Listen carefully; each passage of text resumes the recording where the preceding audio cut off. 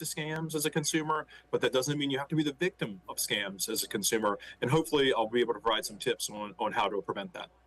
Yeah, absolutely. So, since we can't avoid them altogether, what are some of the common scams that you notice, or some of the current trends that are currently affecting some consumers?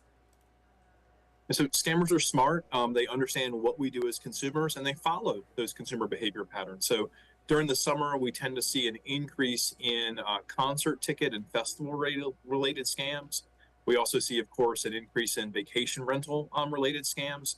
And then as consumers, we typically do home improvement or maybe we move over the summer months. And so scammers know that and they target those just normal changes in consumer spending patterns. They know that they follow us just like, in order to try and exploit that, frankly.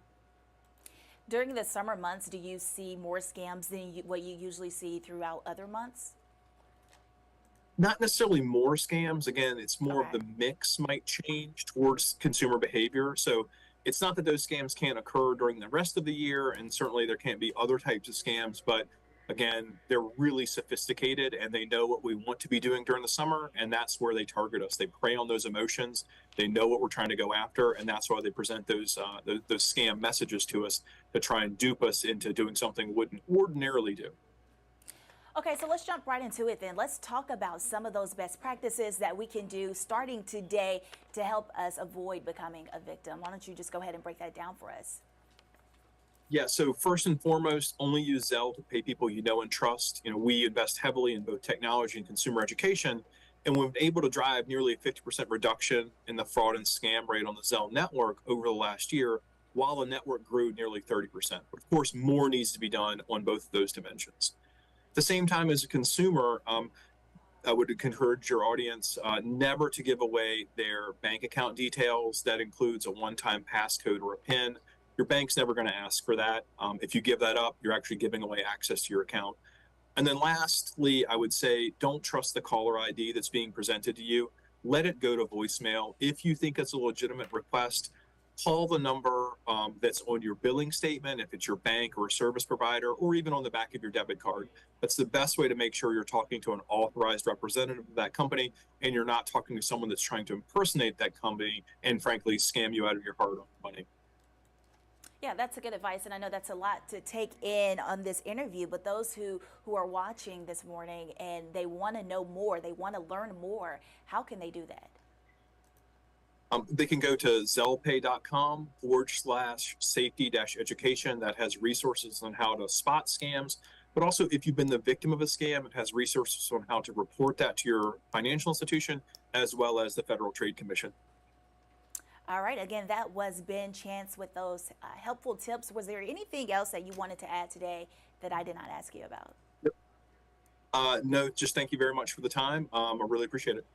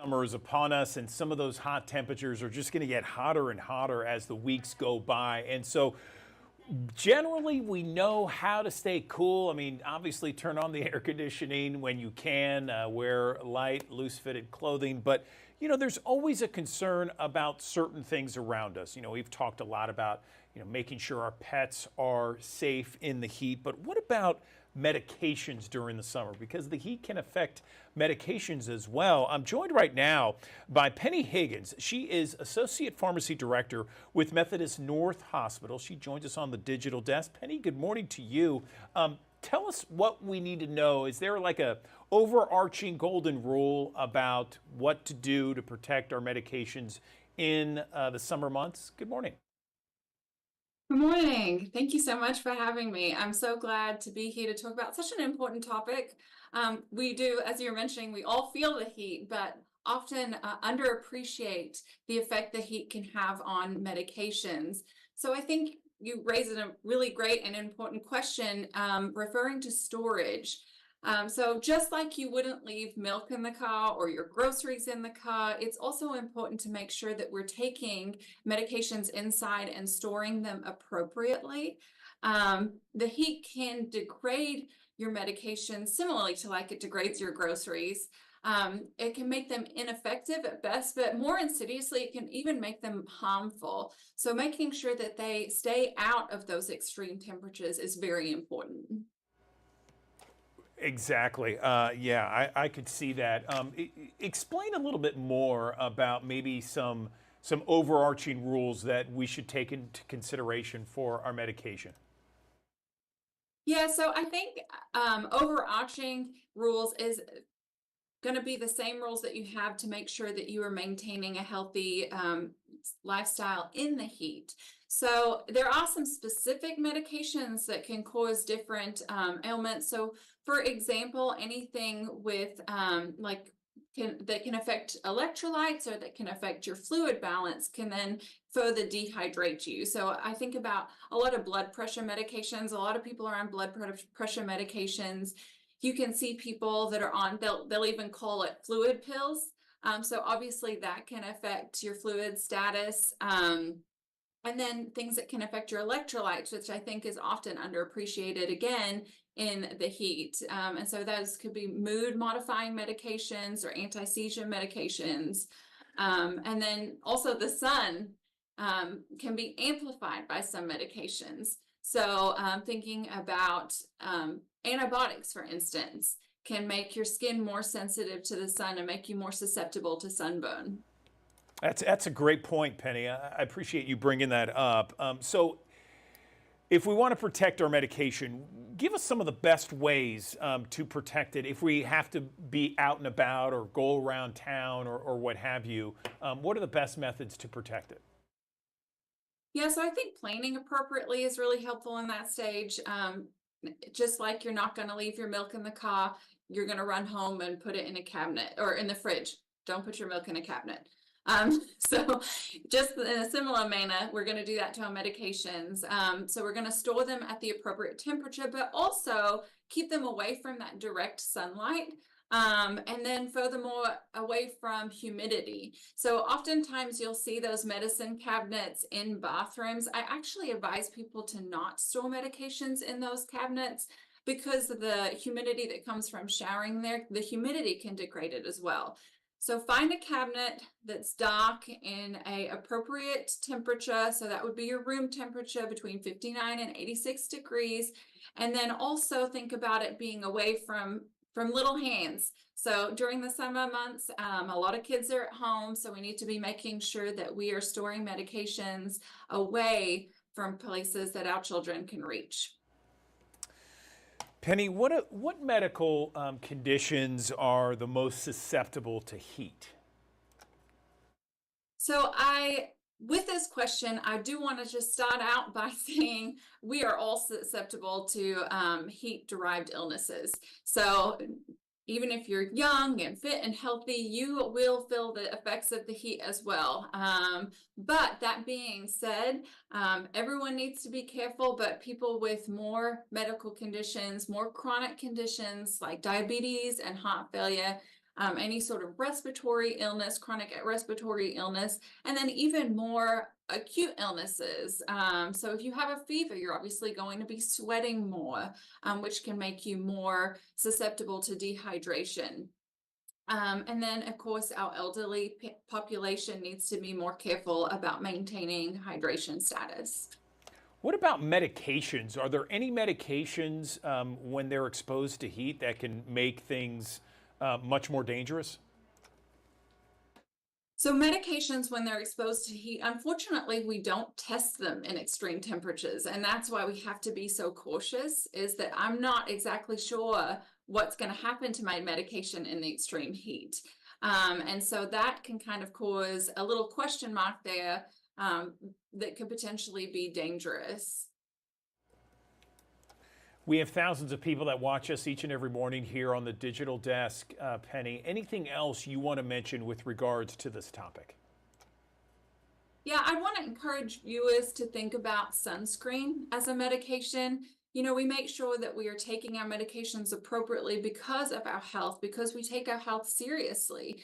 And so I'd like to amplify on that and think about sunscreen to make sure that you're taking care of your biggest organ, your skin. So again, with sunscreen, it's often understood that you need to be reapplying every 2 hours. And so to be thinking about that as seriously as you think about your medications. Okay, Penny Higgins with Methodist North Hospital and the pharmacy department there. Penny, we appreciate it. We appreciate all your advice for everyone to stay safe this summer. Thank you. About tech and AI used for good in an idea, social experiment, enabling technology and mental health to come together to uplift and nurture future generations. Let's talk more about this concept and idea with Dr. Cherie Turner. She's Chief Health Officer of Crisis Text Line. Dr. Turner, good morning to you. Tell me about this idea where tech plays a role in promoting health. Good morning. Thank you. So Crisis Text Line is a national not-for-profit, and we provide free 24/7 mental health support and crisis intervention on a text platform in English and in Spanish. So we can provide support on text, WhatsApp, or web chat. And anyone can text help or hola to 741-741 and receive support from our live volunteer crisis counselors. This partnership with Lenovo is very unique because it was a really obvious choice for us because we've been around now for 10 years. We've supported 9 million conversations. So we know that technology can be a powerful enabler, especially for young people who feel at home on their phones. Yeah, I love the idea. Anytime that we can give mental health, mental health and help to those, especially young people out there. What is the difference between that and, for example, 988, which is a hotline to prevent any kind of mental health issue? So it's similar, but Crisis Text Line, we really feel like we were created to support young people. So in the 10 years that we've been providing services, we've had over 9 million conversations. Over 70% of our texters are under the age of 25. So we really appeal to those digital natives who feel comfortable reaching out by text and sharing their anxiety, stress. We also take anonymized and confidential insights from the text conversations that help us to show and share that young people are struggling. So in 2023, anxiety and stress were the two top issues that young people were struggling with. So, Dr. Turner, if there is perhaps a young person or a group of young people that are watching right now and they want to know how to reach out and be a part of this and know that the Crisis Text Line is there, what can they do? So they can text hello or hola to 741-741. If they're interested in learning more about the partnership with Lenovo, the Meet Your Digital Self project, that's available as well. And that's an interesting connection that shows how technology and AI play into mental well-being. So if someone connects or rather dials 741-741, then what happens? What kind of resources are available? Right. So they will be connected to a live volunteer crisis counselor who is supervised by a mental health professional. The volunteer has been trained over 30 hours of training to actively listen to the texter through text, to be empathetic, to help them with problem solving. So together with the texter, they help the texter to problem solve, to set goals, and to de-escalate the conversation to the point where the crisis goes from a moment of hot to a moment of cool. And then there's resources that the volunteer will provide that are relevant to the conversation topics. Is there a place we can go online for more information? Yes, crisistextline.org is our website, and it's full of resources for young people, for their parents, for teachers, for anyone who's looking to support someone's mental health and well-being. Okay, Dr. Cherie Turner, Crisis Text Line Chief Health Officer, we appreciate your time on the Action News 5 Digital Desk. Thanks so very much.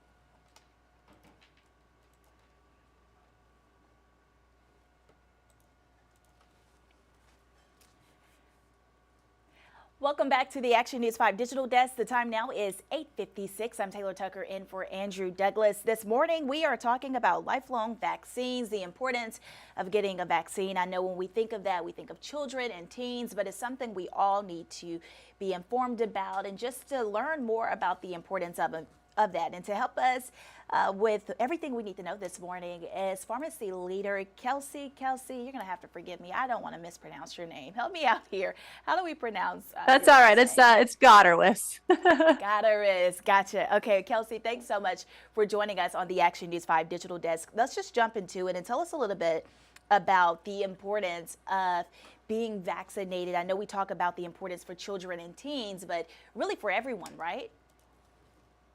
Right. Absolutely. Obviously, we're in back to school time right now. So it's really important to make sure that our kiddos are vaccinated and that they're up to date.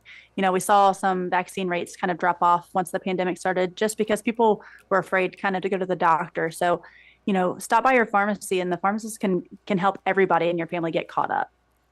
Yeah, Kelsey, talk to me a little bit about how the rates have changed, not only in the past year, but really the past 10 years. Absolutely. So pre-pandemic, the United States had a fantastic vaccination rate. And then once 2020 hit, we kind of saw it take that nosedive. And at this point, only 1 in 5 adults are fully up to date on their vaccinations. So we have a lot of work to do to get caught up for sure. We absolutely do. And the best step is just educating yourself about vaccines. And I know a question you often hear when people are discussing them, they don't know which vaccine is right for them. How do you go about deciding? How can you help them with that decision? Absolutely. And there's so much information, and there are so many vaccines that we do need throughout our lives at different points. And so the easiest thing to do is just to go ask your local Kroger pharmacist. We are very well equipped and educated to make sure that you get the vaccines you need on time, on schedule, and can answer any questions you have, you know, at any time that we're open. We're open 7 days a week. We've got weekend hours, we've got evening hours. So those people with those really busy schedules, you know, sports for the kids, we can get you in whenever you can get in there when you're doing your grocery shopping. Yeah, that's great advice there, Kelsey. Also, based on your knowledge, which vaccines do you recommend? I know that we need throughout our lives. So the childhood vaccines are going to be the ones for polio, chicken pox, MMR. And then in our teenage years, we want to get the HPV and the meningitis vaccines because those are really prevalent in the teenage years. And then as we go through adulthood, obviously every year we want to get our flu vaccination, updated COVID vaccinations, and then things depending on your age like shingles, RSV, pneumonia, and then a tetanus booster every 10 years to make sure that you're up to date on that. Or if you're a female, make sure you're getting one with every pregnancy. Great advice there. And Kelsey, I know I was just reading through some of the information we have here. We talk about, how vaccinations help, just stay healthy. But not only does it help you, but really the people around you as well, wouldn't you say? Absolutely. So it's something that's called herd immunity. And the more people that are vaccinated in an area, the less likely that disease is going to be able to take over an area. So we want to make sure that as many people can be vaccinated, because there are some people out there with healthcare conditions that prevent them from being vaccinated. So we team up as America and make sure that everybody can live their healthiest life. Kelsey, I know you could go on and on about this because it's such an important topic that we have to discuss. Was there anything that you wanted to discuss or you wanted to mention that I did not ask you here today? I get how busy everybody is. I have 2 little boys who are running around here, there, and everywhere. But I just wanted to reiterate how easy it is to go into your local Kroger and get vaccinated. You can get anybody, depending on the state regulations, childhood on up. And you can also go to Kroger.com/vaccines. And you can find any information there on vaccines that you need, whether you're due for something or you want to make an appointment. But we also offer walk-ins. So you can always stop by anytime that we're open. All righty, Kelsey, thanks so much for stopping by the Action News 5 Digital Desk. Great advice. We look forward to chatting with you again in the near future. See ya, Kelsey. See ya. Thank you so much.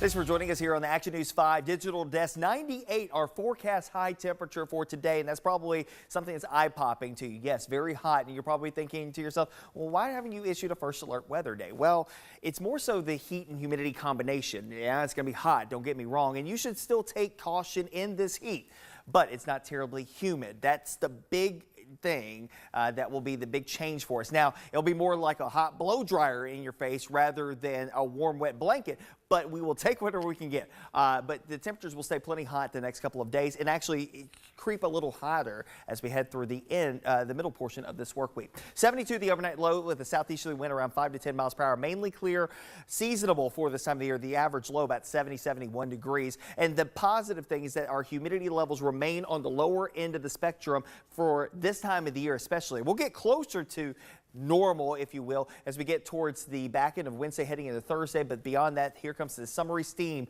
coming back into the fold as we head towards the back end of this week into the weekend. And that may even lead itself up to a chance for a few showers and thunderstorms. Forecast high of 98 today and tomorrow. But look at the feels like temperature. Again, it could be worse. Remember, it wasn't that long ago that we were talking feels like temperatures 110, 115, 120 degrees across the Mid-South. Not the case here with the lower humidity that we have in place today and tomorrow. Now, things will begin to change on Wednesday. Actual air temperature closer to 100, start adding more moisture, and the differential starts to get thicker and thicker, wider and wider. 96 feels like 108 on Thursday. 94 operates more like 110 coming up on Friday as an approaching frontal boundary could bring us some rain chances by the back end of the work weekend into the weekend. The last time that we hit 100 plus degrees was back 1 year ago today. August 26, 2023, where we hit 102 degrees. So it's been 366 days since we've seen that much in the way. Don't forget, it's a leap year this year. Wednesday's forecast of 100 degrees could rival that. But today, even today and tomorrow, I would not be surprised if somebody in the Mid-South makes a run for 100 degrees, just given the dry air, the dry ground that's already in place, and not a lot of wind to really bolster any movement of the air. So it's going to be pretty stagnant here today that you need to be ready for. Of course, the heat's going to be searing enough, but we're not adding, again, more salt to the wound. It's going to be hot, but not super humid. That keeps the rain chances pretty low, though we do need some rainfall at this point. We're running a larger deficit day by day. Of course, typically this time of the year, the daily climatological rainfall, it's about 0.2 of an inch of rainfall, and we have not seen that really for the entire month. Actually, I think the entire month's rainfall so far at Memphis International Airport is only 0.2 of an inch. We need some rain here across the Mid-South. We might catch a couple of opportunities coming up Thursday, Friday, Saturday, Sunday of this week. But notice there's kind of a hole right over the Mid-South where the coverage of rain, the amount of rain is just not a lot. Maybe 1/10 to 1/4 of an inch over the course of 7 days. Maybe we can get some better rain chances once we get some cold front to start moving into our area. This is a look ahead to the 8 to 14 day outlook.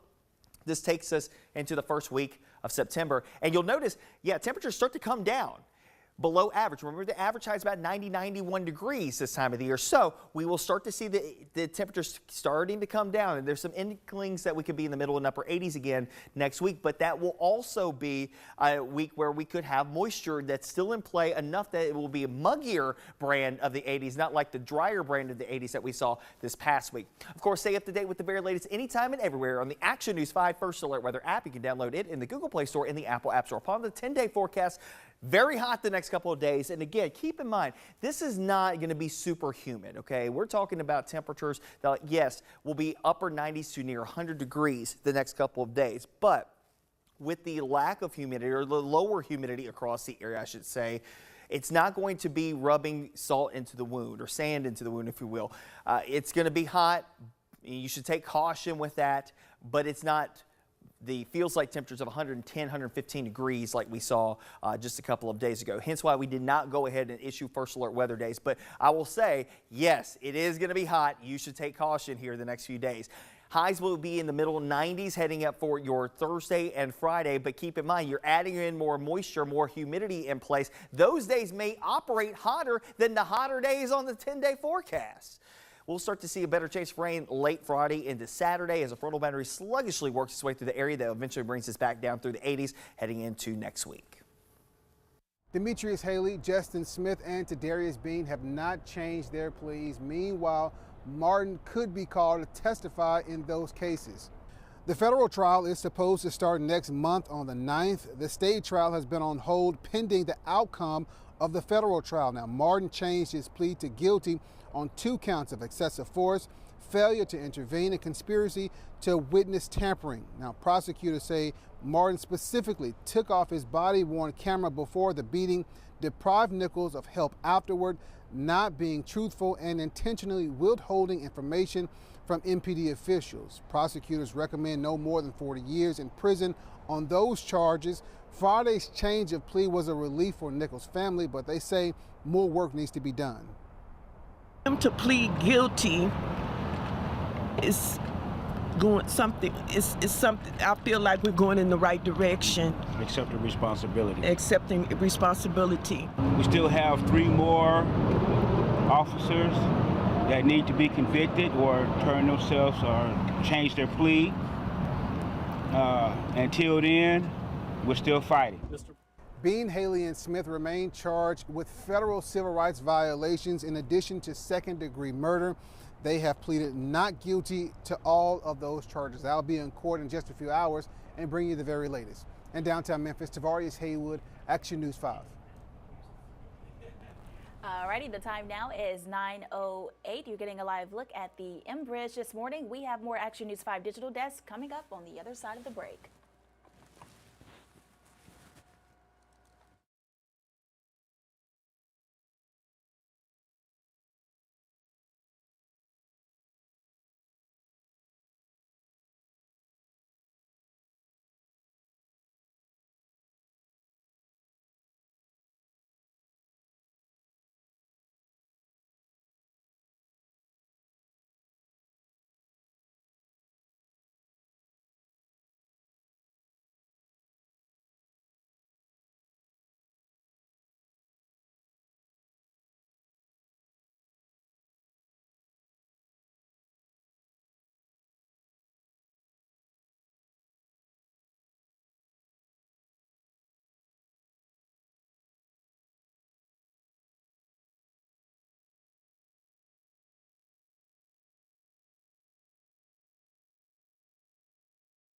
Joining me today is the #2 first round 2024 draft pick of the WNBA, Cameron Brink. Hey, Cameron, how are you?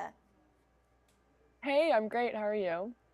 I'm good. Thanks so much for joining us today. You're so fun to watch, not only on the court, but also on your TikTok. By the way, I follow you. I actually just saw you posted something like 19 hours ago. What is your routine like? How things been? Does it still feel surreal? Yes, it still feels very surreal, and I wake up every day like pinching myself because just really recently I was in college playing college basketball. So it's a surreal experience, but I wake up every day feeling so lucky. And yeah, my routine has been very busy, but I'm just making sure I'm prioritizing my sleep and my recovery, and it's just been great. I love that for you. Tell me this, how different is it from your routine back in college from now being in the pros? Is it night and day? I would say, I mean, there's overlap, but it is very different. You know, you just kind of have more autonomy as a professional. So, there's no team meals together, and there's less team time. But you know, you still spend the time with your team. It's just adult life now. I'm adulting, I guess. Welcome to the real world, as they like to say. Thank you. Tell me a little bit about, I know that you've been in a few games already. How was your experience, that very first game, just walking out on that court? What were your nerves like, and how did you prepare for that exact moment?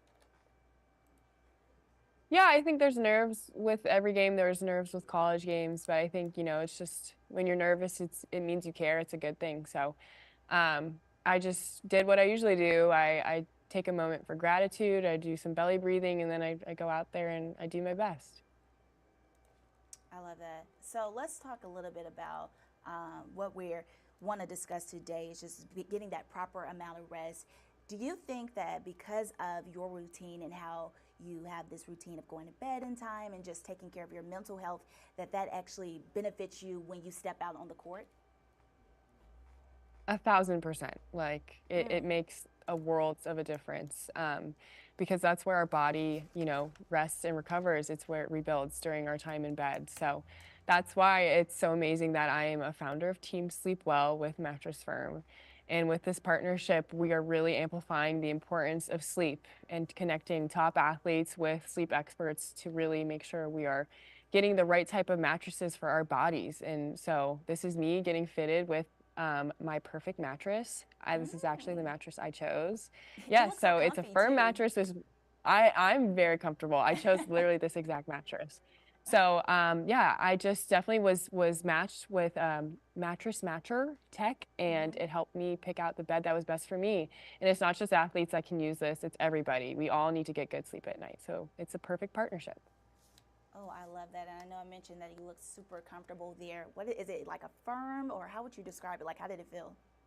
I need a firm, yeah. I can't sleep with a soft mattress, and I feel like you're either like a soft mattress or you're firm. I don't know. My brother likes an in between, but he got one too. He's very happy. But I got a firm mattress, and as you can see, it like goes up and down. I'm very happy every night when I get to go back to my bed. I'm a very happy girl.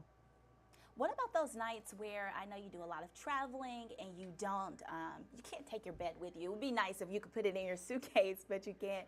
What's helpful for you when you're traveling to help you get that? I think what's helpful, yeah, no, exactly. I think what's important is just having a routine.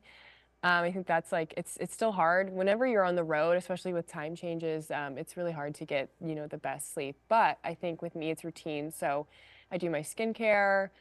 I like to read or do a crossword puzzle before bed, which is funny, but it just kind of helps relax my brain. I know. And then I use a sleep mask. So it's just like a routine that I stick to. And I just find little things that work for me that just make me feel more comfortable and relaxed at the end of the day. But it's very individual, and it just takes time to find what works best for you. Right. And how long did it take for you to actually find a routine that works best? I think using college to really help kind of navigate my likes, my dislikes with just not just sleep, but, you know, training routine, everything. So I was lucky enough to, and I still am very lucky to work with some of the best trainers and people. So I'm very lucky to just have a bunch of people to bounce ideas off of, but it takes a while. And so I think that's like, people need to be patient with themselves, not just athletes, but it takes a while to find what works best for you. So just be patient, give yourself grace, and it'll come eventually. There are so many eyes right now on women's sports, especially the WNBA. Being a part of this rookie class, what has that been like?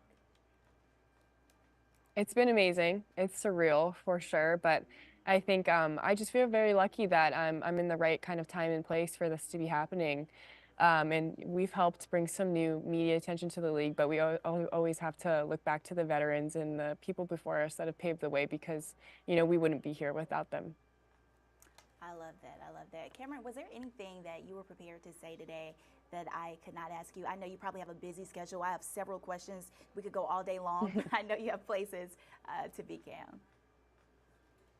No, I think we covered everything. I'm just very thankful for you giving me the opportunity to talk about sleep and this amazing partnership. I'm lucky enough to work with Mattress Firm, and just, you know, athlete or not, you need to prioritize your well-being, and it ties to mental health for me as well, which I'm very passionate about, because I've been through it as well. So whatever you're going through, you know, my message, I guess, to people is just keep pushing, keep fighting for your self-care, your well-being, and just find ways to make yourself feel better. And if that's sleep at the end of the day, just make sure you're prioritizing your sleep and your recovery. Sleep does wonders, Cameron. So that's great advice Yes. there. Thanks so much for stopping by the Digital Desk. Looking forward to chatting with you again, and good luck for the rest of the season.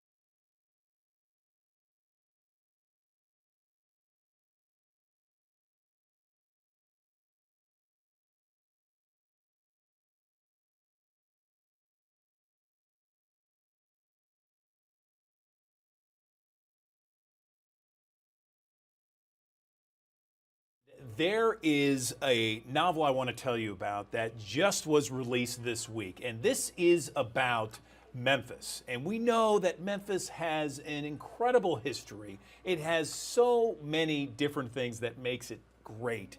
And this novel takes place here, and it is, by all accounts, another bestseller for Ace Atkins. He has had 13 novels. He's a New York Times bestseller, and he is joining us right now on the Action News 5 Digital Desk. Ace, it's a pleasure to talk with you. Tell me about your latest novel. This is fantastic. Yeah, and Andrew, probably telling a little bit about my age. It's actually my 30th book. Oh my gosh. 30th. I've been in this business for quite some time.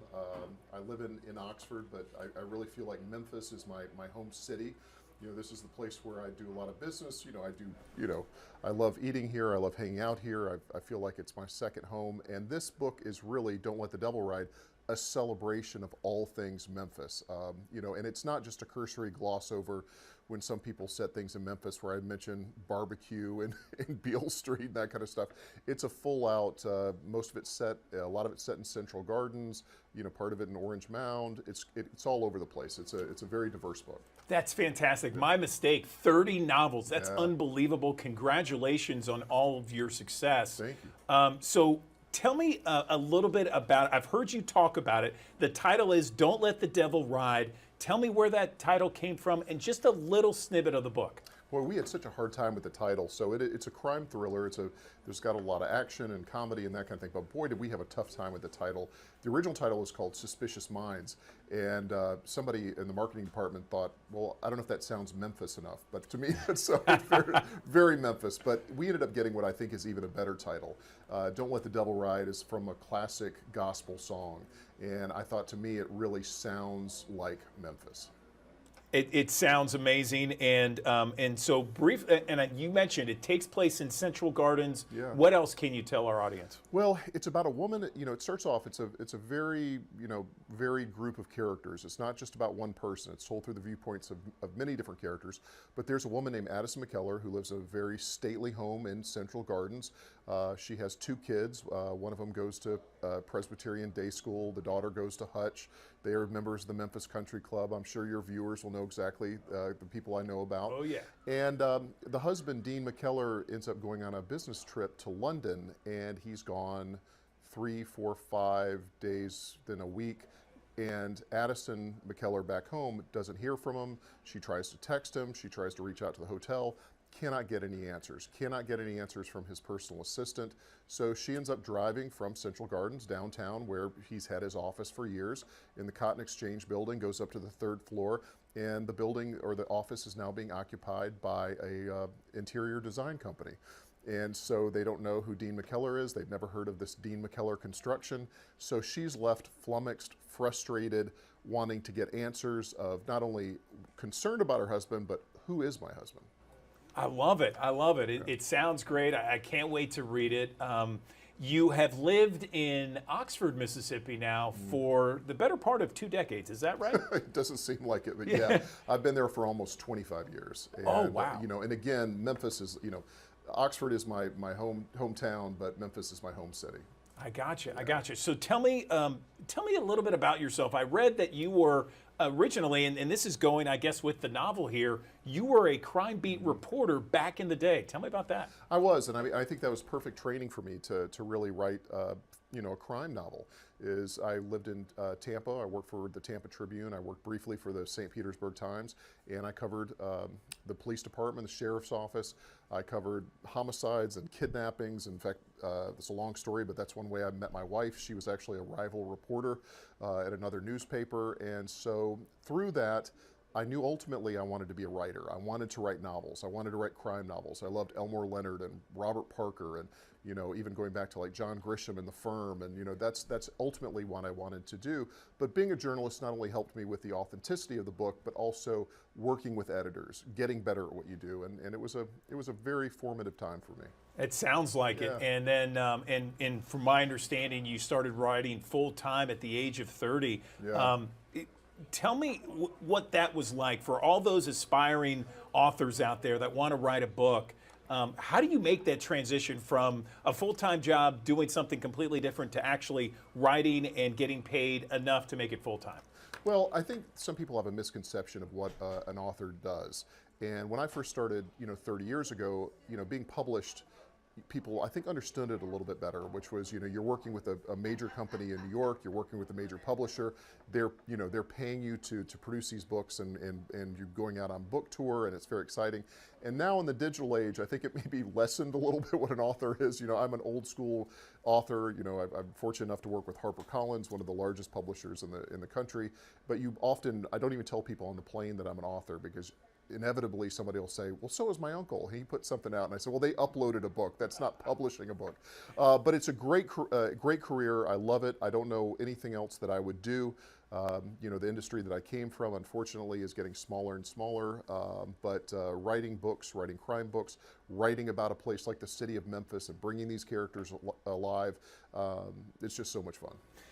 And a lot of your fans, Ace, might not know that you had this background in Auburn football, and I mean, I can't escape it. I mean, you played, on the defensive line, right? I mean, for Auburn, for the Auburn Tigers, and you were part of that undefeated season that, due to suspension, you couldn't really play at a bowl game, but. Certainly, you had to bring up the suspension. Well, that's why I don't have a national championship ring on right now. Right, yeah. Right. But how did that team concept, having played a part of big time college football, how did that instill and maybe help your professional career as an author grow? You know, I didn't think that much about it when I was doing it. And, you know, I also would always hear things about football teaching you life lessons and making you work harder. And I wasn't really sure if that was the case. But as an older person now we're looking at 30 years on since I played football. And trust me, my joints know exactly it's been 30 years ago. Yeah, I think it's working every day. It's working towards a goal. It's trying to get better. It's trying to write another book that tops the next one. It's always on to the next season, which is your next novel. So yeah, I think I took something from it. What would be your writing style that you would give someone who, you know, we have thousands of people that watch us here on the digital desk that, you know, someone is hearing about you for the first time. They're interested in this book. It's set in Memphis, Central Gardens. What would you, how would you compare your style of writing? I think, you know, I come from very, you know, old school, you know, kind of writing style from, you know, Dashiell Hammett and Raymond Chandler.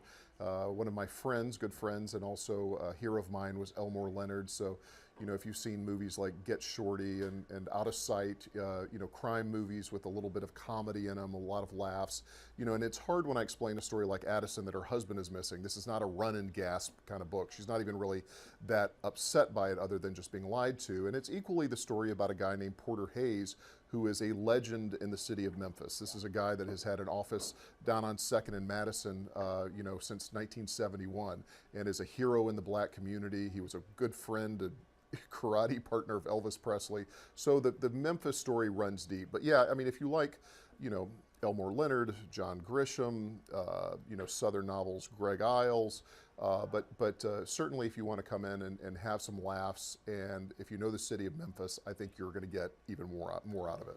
All right, Ace Atkins, Mid-Southerner, New York Times bestseller, author of some 30-plus novels. The latest, Don't Let the Devil Ride. It is out this week.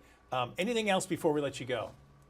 Just buy the book. I mean, that's why I'm here. This is it. Get out, buy the book, buy multiple copies, buy them for your friends, and put Memphis, you know, on top. We love it. All right, Ace Atkins, we appreciate your time on the Action News 5 Digital Desk. Thanks very much. Thank you.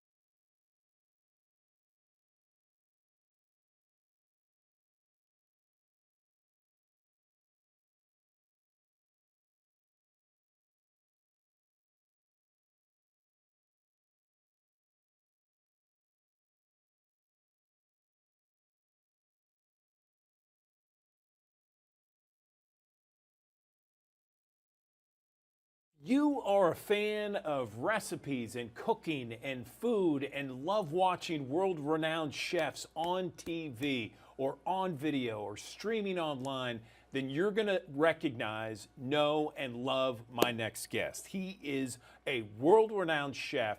His name, he doesn't really need much of an introduction. In fact, all you have to say is Emeril, and you know exactly who I'm talking about. I'm talking about Emeril Lagasse joining us on the Action News 5 Digital Desk. He is in New Orleans, the site of Bocuse d'Or, the Pastry World Cup competitions.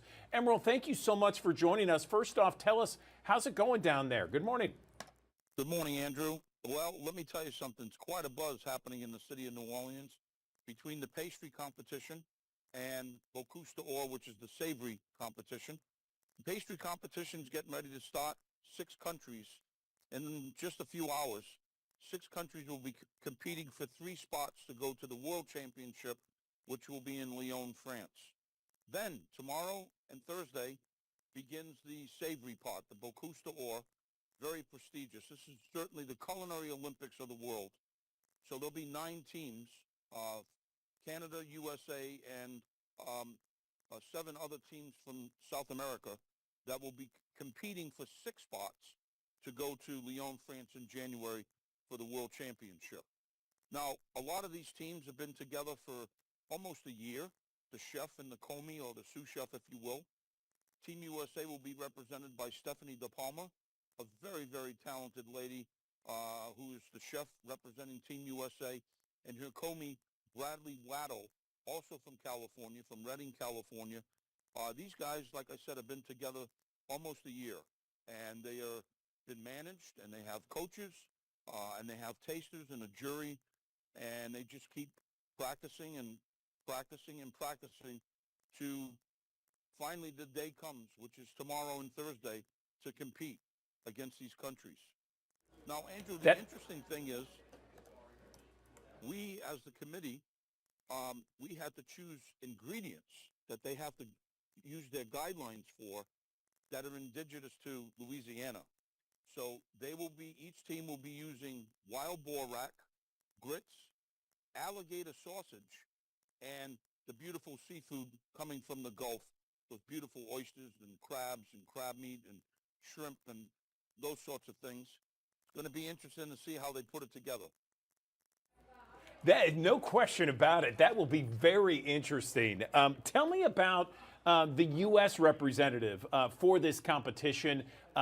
What's that person about, and has a U.S. representative ever won in the past, Emerald?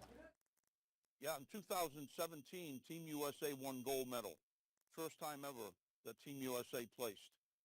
Gold medal, best in the world. I think we have a really good team. I'm very impressed. We were honored to host them last night in my restaurant, Merrill. The team is very focused, very meticulous about what they're doing. They have a strategy and a game plan prior to even walking into the convention center here, where you can see the kitchens are set up behind me. Stephanie is a brilliant young chef, and Bradley as well. So I think we have a strong team for Team USA. But, look, that's what it's all about. That's why they call it a world competition, or the Culinary Olympics of the world, if you will. It's going to be really interesting to see what some of these countries bring. From your vantage point, Emerald, what are you going to see? I mean, what would you like to see, and what are you going to be looking at in this competition to see who bests everybody else? Well, Andrew, I think that the judges will certainly, myself, but knowing the judges, I think that we're going to be looking for taste. We're going to be looking for presentation, organization, cleanliness, just how they're managing that kitchen, because it's just two. It's not like a restaurant where you have a whole brigade behind you. You're talking about two people, so they're very, very well organized and very, very together, especially since they've been practicing as long as they have and working on and honing their skills. I'm so excited to be hosting this in the city of New Orleans with a lot of my colleagues. New Orleans being such a great restaurant town in America, truly with great cuisine, a great melting pot. Just like these countries coming in, folks at home can get a lot more information just going on NewOrleans.com. There are a few tickets still available, so if you're, sort of in the neighborhood, Memphis is not that far, Andrew. Come on down. I love it. I love it. All right, so we have thousands of people that watch us each and every morning, Emerald, on the Action News 5 digital desk. Anything you'd like to say to Memphis and the Mid-South right now before we let you go? Well, I love Memphis. I think it's such a great town. Beside it being, in my eyes, sort of the barbecue capital, it also is a great place for music, great people. And, hey, like I said, it's very, very close to New Orleans. Come and check us out. Just a few hours away, no question about it. Emerald Lagasse, we appreciate your time, and thank you very much for joining us on the Action News 5 digital desk. Have a great time in New Orleans. An amazing event there, the competition. Thanks so very much. Thanks, Andrew. Thanks for having us. Okay.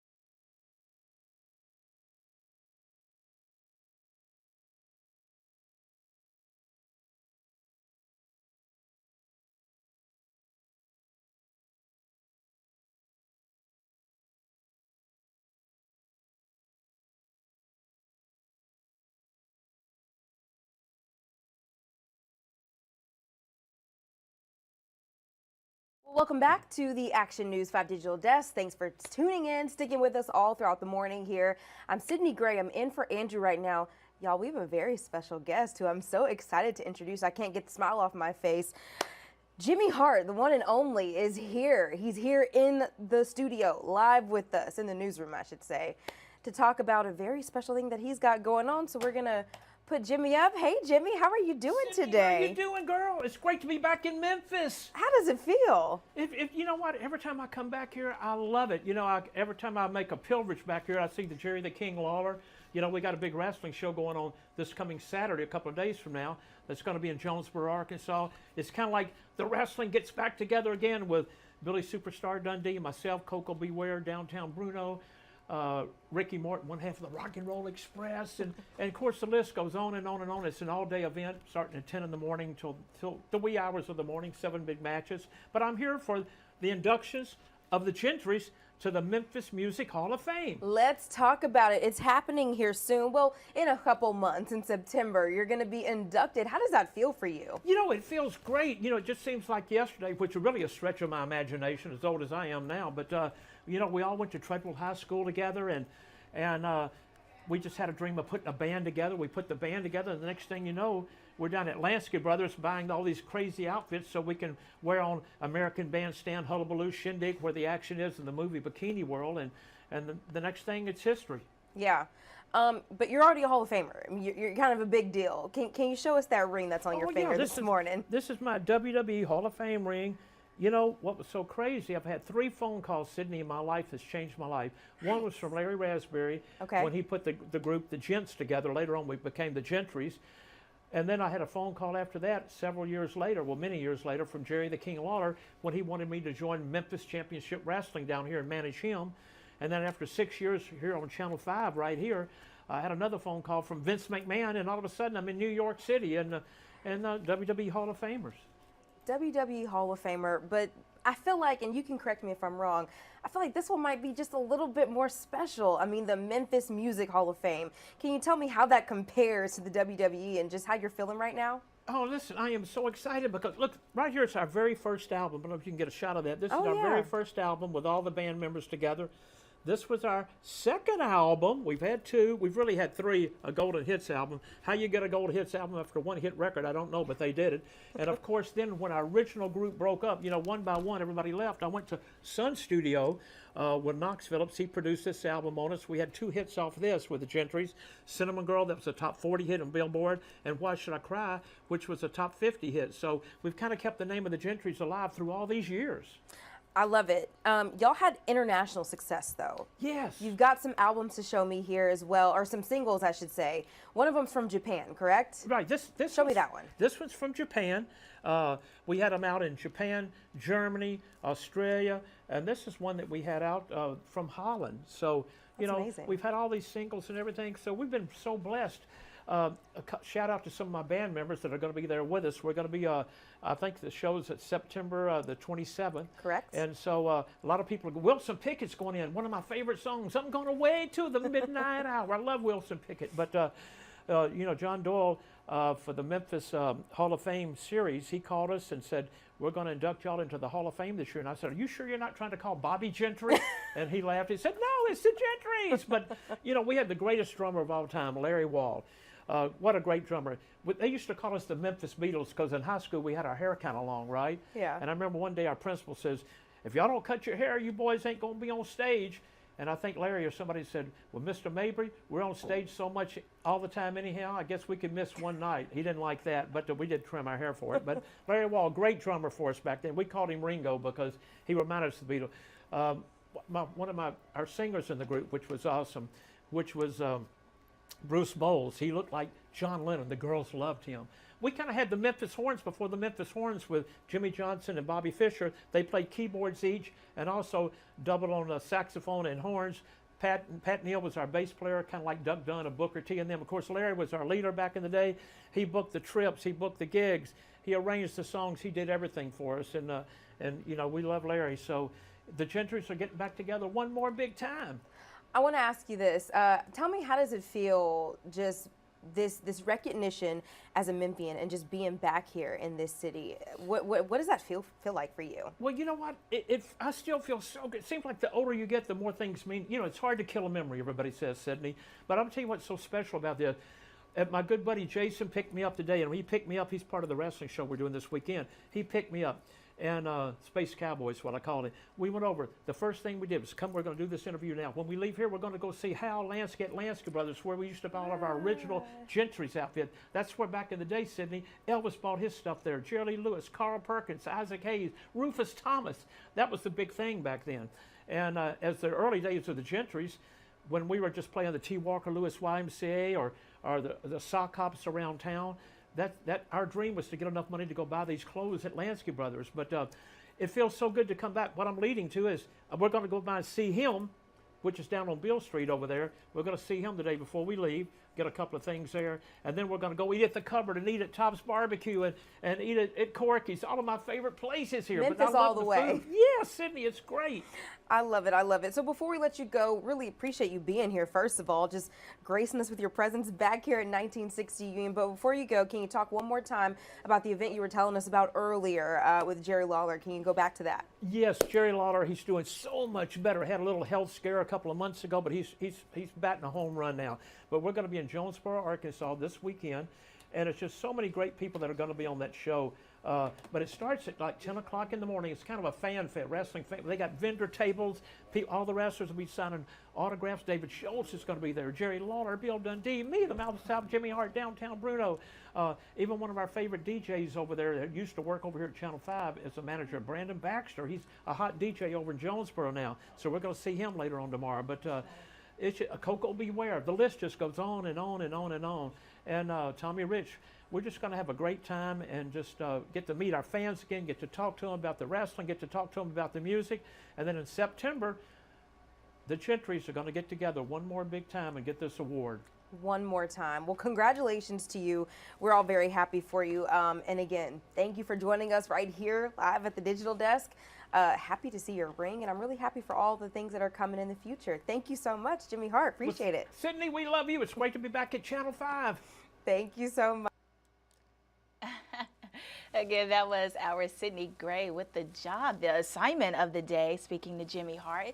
That's a really great interview. Listen, if you want to watch that and several of the interviews we do here on the Digital Desk, just go to our website, actionnews5.com, and that's where we post all of our live interviews that we do Monday through Friday from 7 to 11. Again, that's the Action News 5 website. Just go click on this Digital Desk tab, and as you continue to scroll, you can find all of our interviews right here on our webpage. Stay with us because we have more interviews, we have more coverage for you coming up on the Action News 5 Digital Desk, from pickleball to summer trends to even social media trends. We have all of that in the next 60 seconds.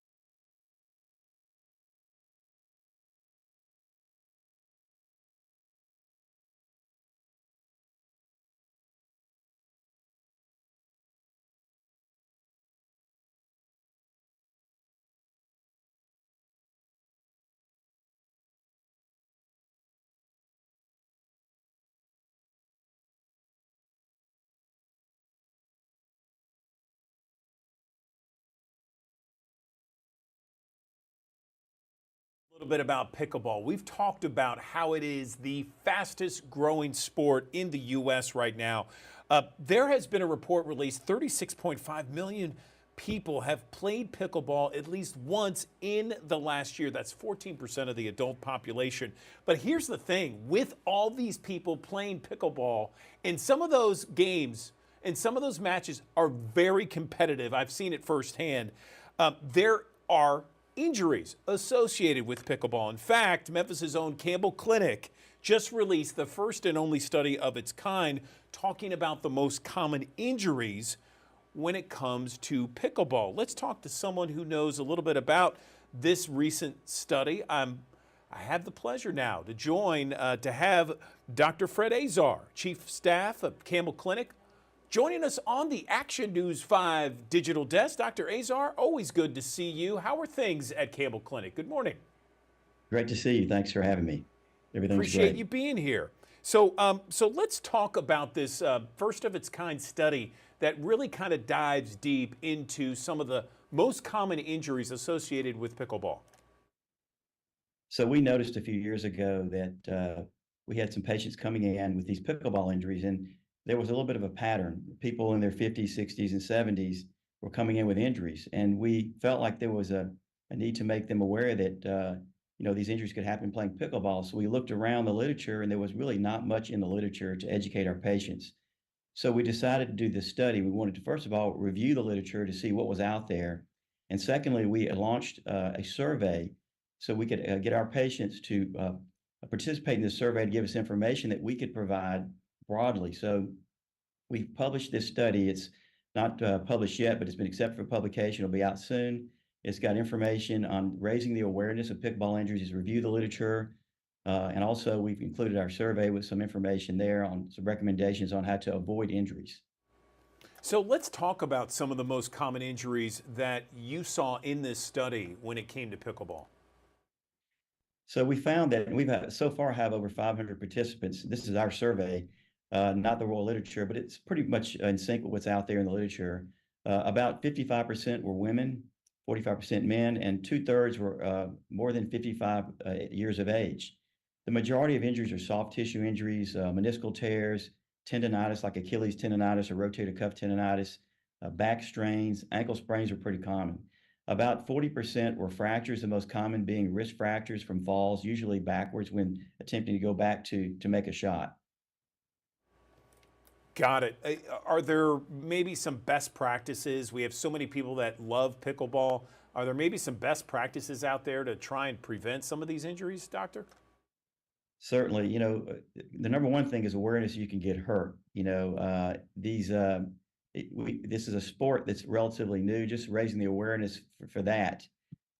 Certainly, warming up is really important. You want to be able to warm up and cool down properly, just like you do with any sport. You need proper equipment, so shoe wear is really important. Running shoes aren't great for it. A tennis shoe is better, it's a more low-profile shoe. Some people want to brace a knee or an ankle if they've got an ailment. That's important to do. And also really moderation and cross-training. It's not great to play this sport 5 days a week, 3 hours at a time. You're going to come in with some overuse injury. Hydration is really important too. We actually found that, and I don't mean alcohol, we found that 6% of participants, at least in our survey, were consuming alcohol while playing the sport. So it's really important to think about hydrating, but not in that respect. It's a pretty social sport, but hydrating without alcohol is a pretty good way to go. And then really play to your level. Don't try and play somebody who's going to be a lot tougher than you competition-wise. Play to your level. Listen to your body. So if you think you've got something brewing, step aside and let somebody else play. Alcohol during pickleball, that sounds crazy and scary and something that no one should be able to do. I mean, because it's not like golf. Yeah, I mean, there's a lot going on there. I mean, where I work out at my gym, there are pickleball courts, and they're always packed, and there are some fierce games. And in your part of the Memphis Mid-South area, I mean, you've seen all these pickleball courts going up everywhere. I mean, it is growing fast across the country and here in the U.S. Some people think it's an older person's sport, but I'm seeing everybody, young, old, all demographics playing this sport. Anything else you'd like to share, Dr. Azar, about this to maybe kind of minimize anyone getting hurt? Well, you're right. It started out as an older person's sport, but now everybody's playing it. I think that the important thing for us is to bring awareness to patients and people that are playing the sport that you can become injured. And raising that awareness we think is really important. And then giving some information on how we can do to prevent injuries. That's what we're all about, injury prevention. And people that want to participate in our survey, go to camelclinic.com. You can click on the link to the survey. We're trying to get more information out there so we can build a survey and we can advance the knowledge of this sports to all people who are participating in it. Okay, so 500 participants, a part of this study, and you said, is it posted right now on camelclinic.com so our viewers can see for themselves? The survey's available. The publication will be out soon, and we'll have that link too. But we want people to participate in the survey. Again, we've got over 500 people so far. We want to add to that survey. Got it. All right, Dr. Fred Azar, Campbell Clinic Chief of Staff. Really appreciate your time on the digital desk. Feel free to come on any other time to keep us up to date on whatever's happening, pickleball or not. Thanks so very much.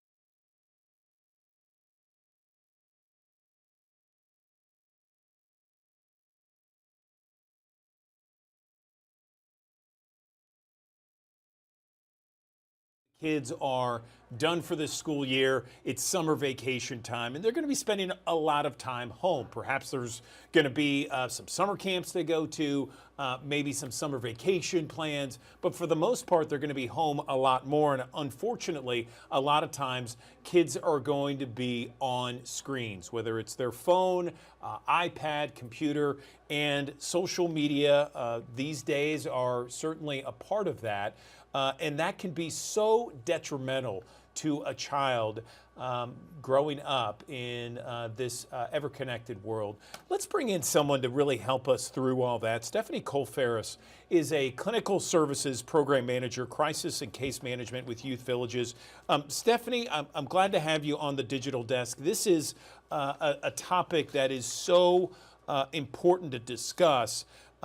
Let's first talk about the best practices and the best methods to make sure that kids do anything but social media. We know they're going to get on social media this summer, but are there ways to keep them off it as much as possible? Good morning. Good morning. Yes, there are some ways that families can really plan to set their kids up for activities that are off-screen activities over the summer. Some of those steps include encouraging setting up a summer schedule so that things are kind of laid out as to what to expect and what is planned for the summer. And that can include including kids with their ideas and really inviting their input into what that schedule looks like so that we can get some buy-in from the young person. The other thing is really taking that time to explore the possibility of new hobbies or revisiting hobbies that the child or the teenager may have once been involved in. Those can be things like photography or gardening or any sort of outdoor recreation activities that the young person may want to do or want to try out, for the first time.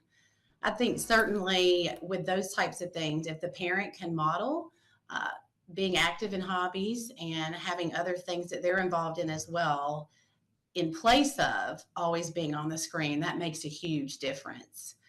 And in addition to that, really keeping in mind that it is super important that we remember how important social media is to the young person on that side, so that if that social interaction is what they're getting from the social media, that we then look to explore what are some social activities that the young person can be involved in the summer to have that face-to-face time with their peers. Research really does show that we and teenagers need that face-to-face time in order to develop and grow their social skills and be able to practice interactions in safer settings before they get out into the greater world and into adulthood. And so certainly being able to make that a family effort and encouraging their input is one of the ways that you can increase the likelihood that they are going to be involved in in-person things and that they're going to want to do that. One additional cool way that you can try to kind of build this up for them and get them interested and get their energy going is to create challenges around non-screen time activities. And so you may set up a challenge around some things that they can do off the screen. And if they meet those challenges, then maybe they're able to do some special things because of that, right? And so that can really get the motivation going, especially if you have a teenager who is like, oh, I really don't want to do that. I'd rather be over here, interacting with my friends on this platform or in this video game or something like that. So that can really make the difference there. I think that, ultimately, the priority is how can we make it about we and not just something we're talking to the kid or talking at the child about, so that they feel like they really do have some input and still have some freedom, even if they are not on their devices. That's a good point. And, I have 2 kids that are now in college and when they were growing up and certainly the screens and social media were certainly very prevalent. Like you just said, you have to set limits. You have to set restrictions. Otherwise they could be on there all day long. But what we tried to do is some of the things that you suggested, find something that you could do outside, do alternative things. One of the things, sometimes that can get kind of pricey. Everyone's trying to watch the bottom line and you want to stay on a budget as much as possible. But something as simple as, playing miniature golf, which really doesn't cost that much, can get them outside and there's a little bit of competition and it can be kind of fun. What else? What else can we talk about to help some of those parents out there, Stephanie? So if we're looking at things that are cost friendly, there are so many parks available in and around the area, which certainly are free services where we can go and we can take different things that the family or the teenager or child may like to do. Sometimes they like to throw the Frisbee or maybe bring a football or even participate in some tennis or something like that. And there's a lot of those parks have playgrounds and things like that that do offer some kind of fun physical things to do for our younger kiddos. And so certainly there are opportunities even in one's own backyard where you can put some things together. You might make a little fun obstacle course for the kids to go through with some fun prizes or something at the end, just to kind of boost that interest in that and get that energy and momentum going as you're trying to go in and transition them and help them balance out their time on screen or on device with how much time they have in person. Just having fun, right? Being a child, being a teenager, being outdoors, like learning and feeling that can be fun and that can be entertaining as well. At Youth Villages, Stephanie, can you talk a little bit about some of the detrimental things that can happen to kids that spend way too much time on those screens and with social media? Sure. And so just kind of leading into that, I think it's important to keep in mind and to know how much time our kids are really spending on social media. And what the research shows at this point is it's between 3.5 to 5 hours a day on social media. And certainly there are some that may spend more and a few that may spend less as well. But on average, it's between 3.5 to 5 hours a day. And so as a result of that, there are some problematic things that can occur. Some of those include a distorted reality and self-perception. Oftentimes they're comparing themselves against digitally enhanced images or, formally edited images that are not realistic. And so that then in turn ends up being internalized. And it can really, in extreme cases, lead to eating disorders, possibly. Because we do see that in extreme cases. The other thing is a risk of harassment and victimization through some of the social platforms. If our child or if the children are given a lot of distance and a lot of space with their social media, sometimes predators will take advantage of that and they will try to pull that child in for negative reasons, which, it can include sexual abuse and other forms of abuse. And then so they use the platform as sort of a doorway or a window to get that started. And so that's also something else to keep in mind because it can increase that danger. The other thing that we see a lot of is poor or delayed communication and relational skills because there is less in-person time with their family and their friends. And so similar to what we're talking about with the summertime, where we're really wanting to help figure out how do we promote a balance and how do we invite them and their ideas and make this all work and make it successful. Being on their screen so much limits how much practice that they get on a daily basis in person to really learn how to navigate not only basic communication and starting friendships and maintaining friendships, but some of those more challenging things, the more challenging conversations to navigate. And so that's, really important to keep in mind in terms of how it's impacting your child's social skills and their ability to navigate some of those things. And then the other thing I want to mention or kind of close with in that idea is that we do see kids that lose a lot of sleep because they're on social media, that have a lower attention span, difficulties concentrating, and also sometimes it's associated with physically being unhealthy because the more you're on your device, normally the more sedentary you are. You're not moving around, you're not getting some of that good physical movement, both for your emotional needs as well as your physical needs. It's an interesting conversation and certainly one that needs to continue across homes all across not only the Mid-South but across the country. Final thing, Stephanie, if some parents are watching right now, we have thousands of people who watch us on the digital desk. If they agree with everything you're saying and they understand and they're with us 100%, where can they begin? Is there a website that maybe they can look at or maybe kind of get some ideas of certain guidelines, certain ideas with regards to what we're talking about? Sure. So the Department of Health and Human Services and the Surgeon General Advisory Board do put out information that speaks to and kind of lays out what we need to know about the impact of social media based on the research that's been done up to this point. Also, what some of the detrimental effects of social media are, as well as what some of the advantages of social media can be if we have certain steps in place as families and as parents to be able to track and monitor and really know what's going on there.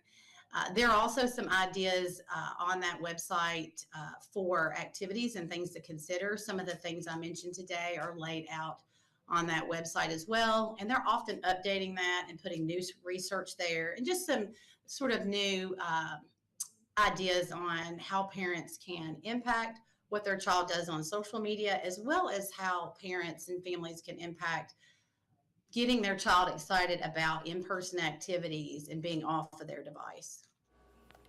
Stephanie Cole-Ferris, we appreciate your time this morning. Great conversation. It's certainly useful for so many families out there. Thanks very much. Thank you so much.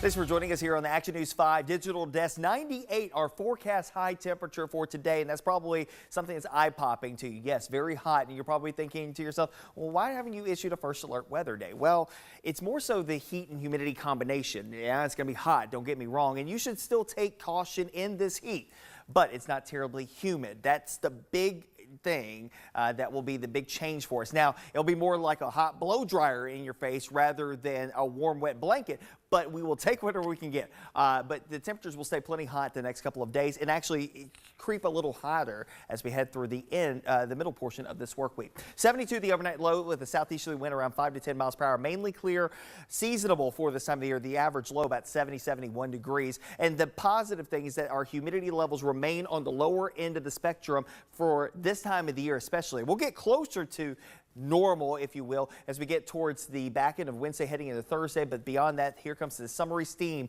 coming back into the fold as we head towards the back end of this week into the weekend, and that may even lead itself up to a chance for a few showers and thunderstorms. Forecast high of 98 today and tomorrow, but look at the feels like temperature. Again, it could be worse. Remember, it wasn't that long ago that we were talking feels like temperatures 110, 115, 120 degrees across the Mid-South.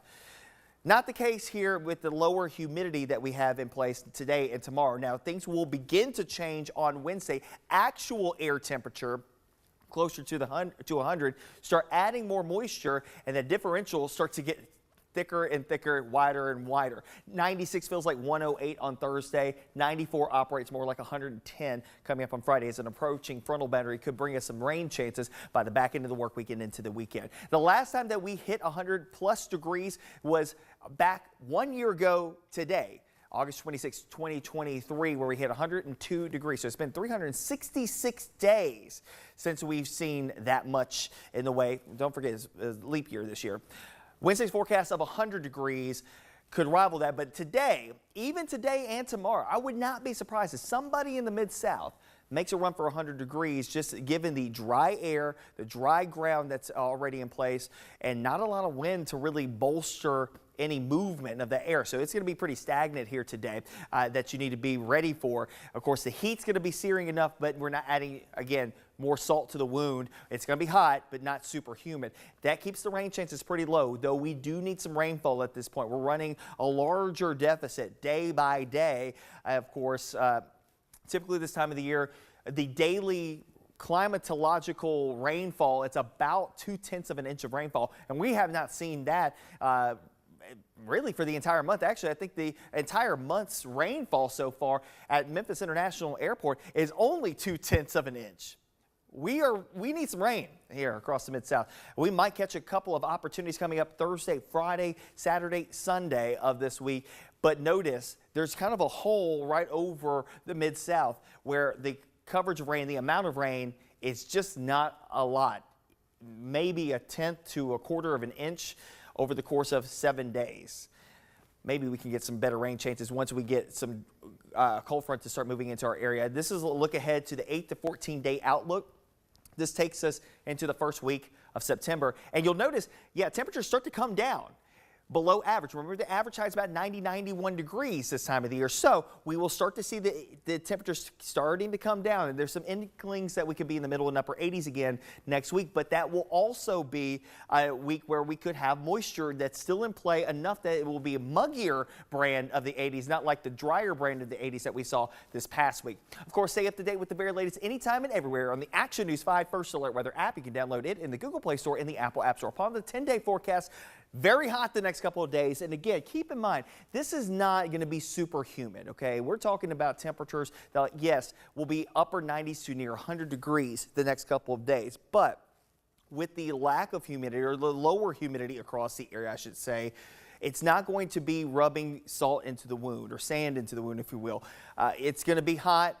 You should take caution with that, but it's not the feels like temperatures of 110, 115 degrees like we saw just a couple of days ago. Hence why we did not go ahead and issue first alert weather days. But I will say, yes, it is going to be hot. You should take caution here the next few days.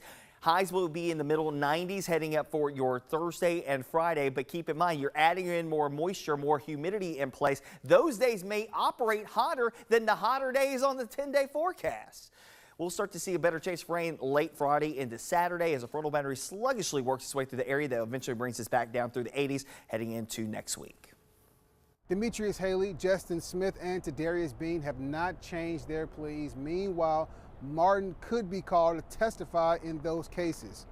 The federal trial is supposed to start next month on the 9th. The state trial has been on hold pending the outcome of the federal trial. Now, Martin changed his plea to guilty on 2 counts of excessive force, failure to intervene, and conspiracy to witness tampering. Now, prosecutors say Martin specifically took off his body-worn camera before the beating, deprived Nichols of help afterward, not being truthful, and intentionally withholding information from MPD officials. Prosecutors recommend no more than 40 years in prison on those charges. Friday's change of plea was a relief for Nichols' family, but they say more work needs to be done.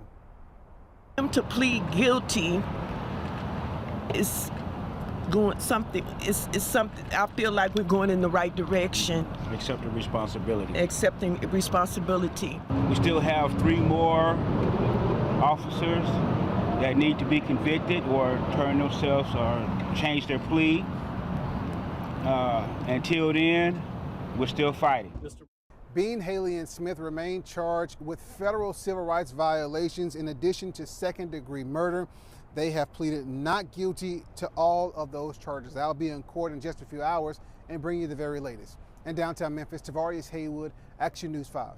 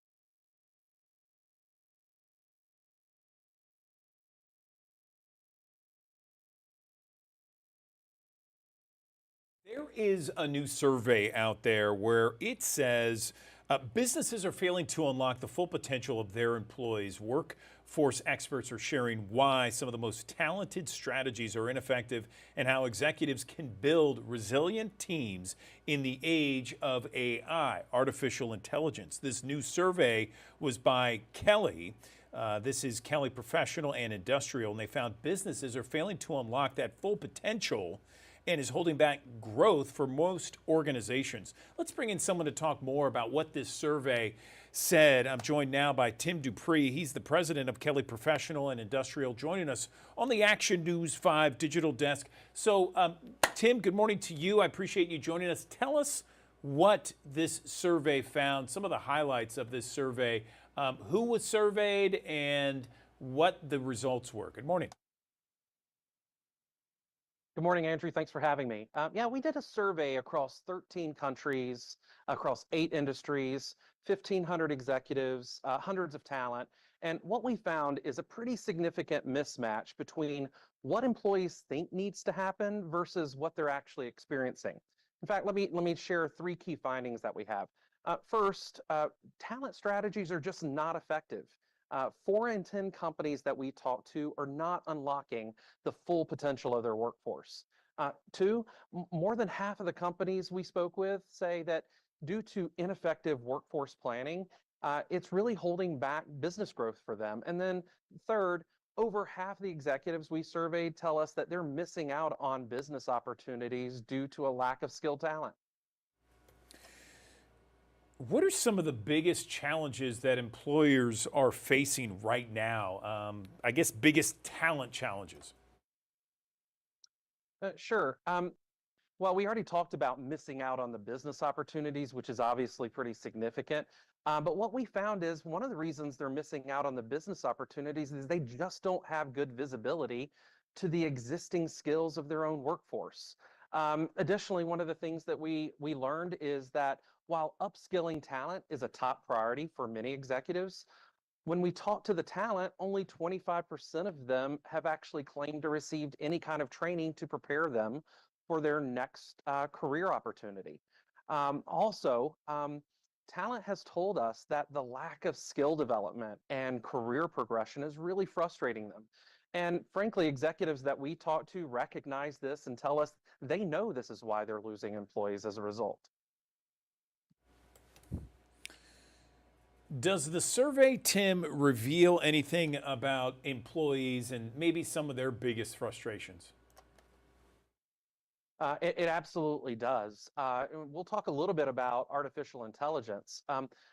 Companies have actually turned to AI to solve lots of challenges. And in fact, in many cases, it's driven better productivity and more efficiency. In fact, 2/3 of the companies that we talk to are implementing or planning to implement artificial intelligence, yet the workforce just doesn't feel prepared. In fact, 40% of them have told us that they don't feel positive about the impact of AI as a result. I'll also share that in terms of frustrations, this feeling of taking a step back is very real. 1/3 of talent feels this way, and they feel that either their job security is worse, their mental and physical well-being is worse recently, all as a result of the training and development that they feel like that they haven't received. So how do we fix this? And what is AI doing to disrupt the workforce right now? Well, I'll share that one of the things that we did learn in the report is to your question on how do we fix it. We have leading companies, what we would call resilient leading companies that have developed clear strategies around technology and artificial intelligence, making appropriate investments in training and development, as well as bringing the workforce alongside them in the journey. So the worker does not feel like something is being done to them. They're actually participating with their employer to figure out the best way to implement AI throughout their organization. Is there a way that perhaps employees and employers can look at some of these findings and maybe talk more about it? Is there a place online? Yeah, there is. You can go and online and look at the full report at kellyrework.com. You can always visit our website at kellyservices.com.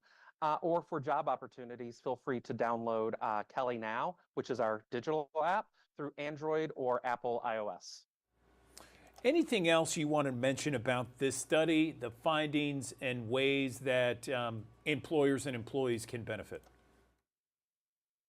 Sure. I would say one of the other things that we found of some of the top companies that have really embraced being a resilient company are partnering with workforce solution providers like Kelly to build better workforce planning capability. I already talked about developing clear strategies around technology and artificial intelligence, but I would also tell you driving a very intentional and inclusive culture and doubling down on commitments to diversity, equity, inclusion, as an example, I think is really important. And quite frankly, some of the things that we found very consistent among top performing organizations.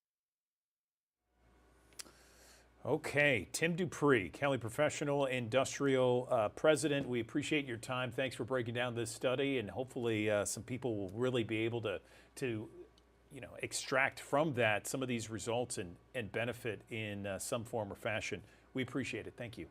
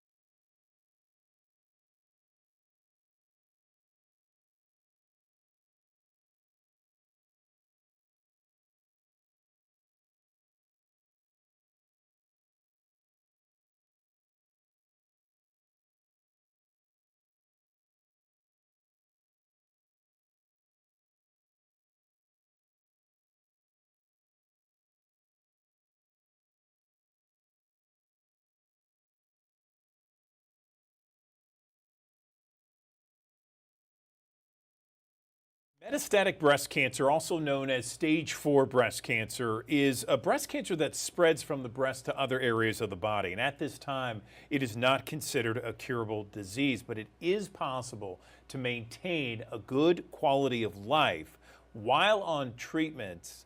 And some patients have no evidence of a disease. They can be followed with scans and other tests. A really nice update to stage 4 breast cancer. The No One Missed campaign raises awareness for biomarker testing as a critical part of metastatic cancer diagnosis and treatment plan.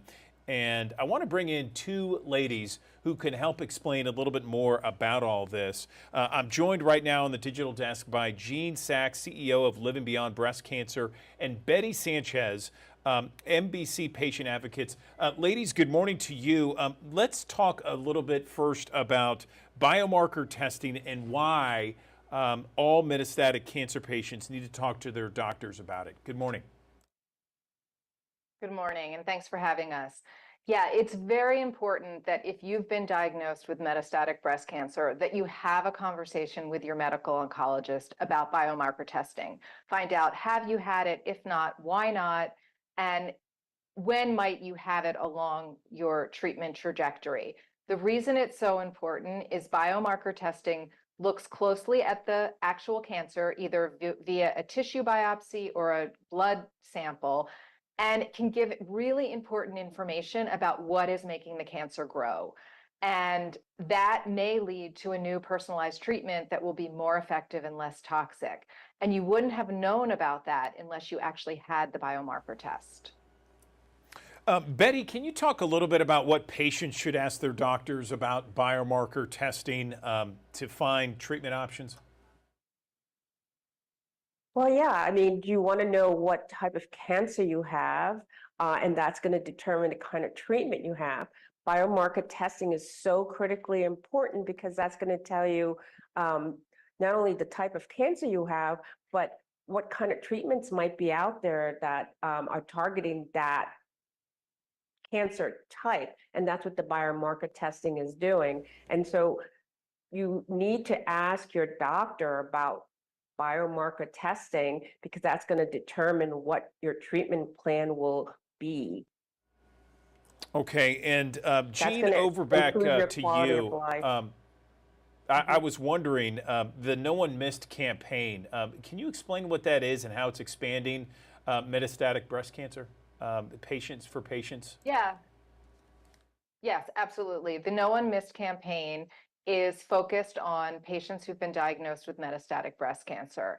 And the whole goal is to make sure there's conversations with your doctor about biomarker testing, because this is relatively new, and certainly in the breast cancer space, it's relatively new. And we have to remember that breast cancer is not one disease, it's many diseases, and that means there are many different ways to treat it. And if we do find cures, there won't just be one cure. There'll be different cures depending on the kind of cancer you have. So it's becoming more and more personalized. And we know right now that not all metastatic patients are given the option for biomarker testing. So we need to make sure they ask. And we also know that it's not always covered by your insurance. It is usually covered, but not always. So you want to ask that question too. But again, everybody deserves the best treatment out there. And right now for metastatic breast cancer patients, biomarker testing is one of the keys, not the only key, but it is an important key. And you want to make sure you're having a conversation about it. Mm-hmm. Yep. Okay, so ladies, I'll leave it open to both of you, Betty and Jean. Anything else you want to mention? We have thousands of people who watch us each and every morning here on the digital desk. Anything else you want to mention that we haven't touched on you feel is important to them?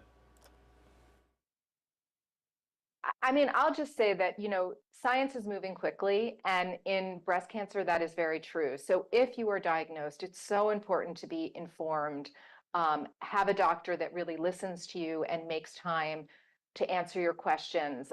The No One Missed website has a lot of information. Living Beyond Breast Cancer has lots of information, both for metastatic and early stage, but we can't encourage you enough to be informed, get information, just to make sure you get the best care, because science is changing and it's changing for the better.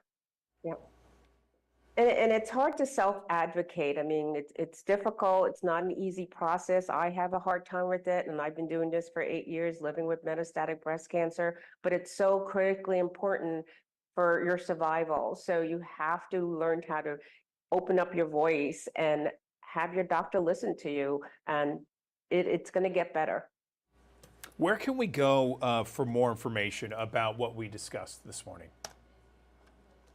Yeah, for the No One Missed campaign, you can go to noonemissed/breast cancer. And for more information on living beyond breast cancer, you can go to lbbc.org. Okay. Well, ladies, Jean Sachs, Betty Sanchez, we appreciate you coming on the digital desk this morning. Thank you so much for all the info. I know it's very beneficial to our audience. We appreciate it.